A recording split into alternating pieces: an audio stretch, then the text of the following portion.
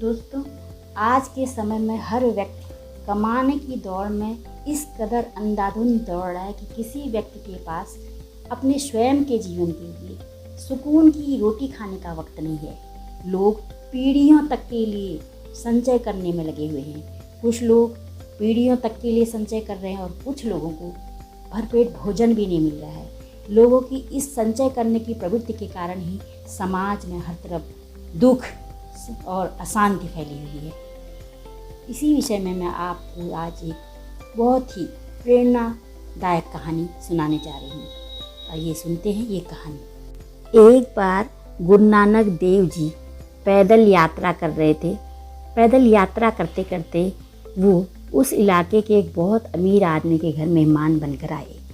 कुछ दिनों बाद जब वह जाने लगे तब उन्होंने उस आदमी को एक सिलाई सुई दी और कहा, इसे अपने पास रखो और कुछ समय के बाद जब मुझे देखो तो लौटा देना।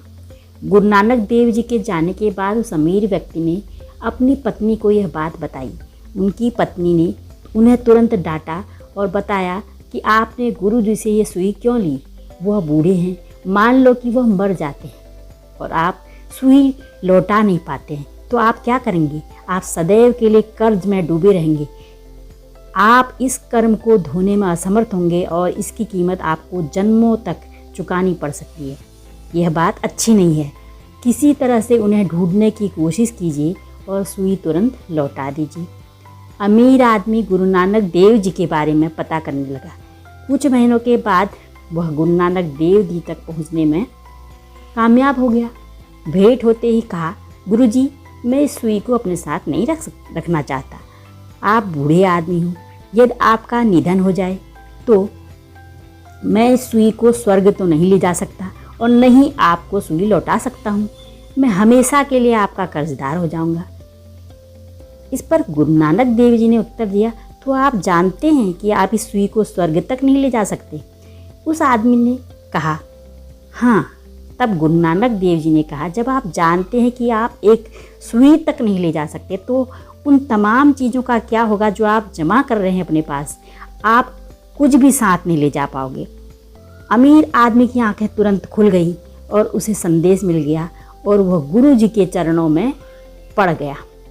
वह घर वापस आया और परिवार के लिए जितना ज़रूरी था उसे अपने पास रखा और लोगों की भलाई में लग गया।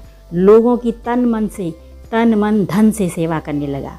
इस प्रकार इस कहानी से हमें यह शिक्षा मिलती है कि हमारे लिए जितनी चीज़ों की आवश्यकता है, जितने संसाधनों की हमें ज़रूरत है, उतना ही हम अपने पास रखें और शेष अधिक होने पर हम उसे समाज सेवा में लगाएं, असहायों में बांटें, जिससे कि हम शांति से अपना जीवन जी सकें और सभी लोगों का जीवन सुंदर बन सके।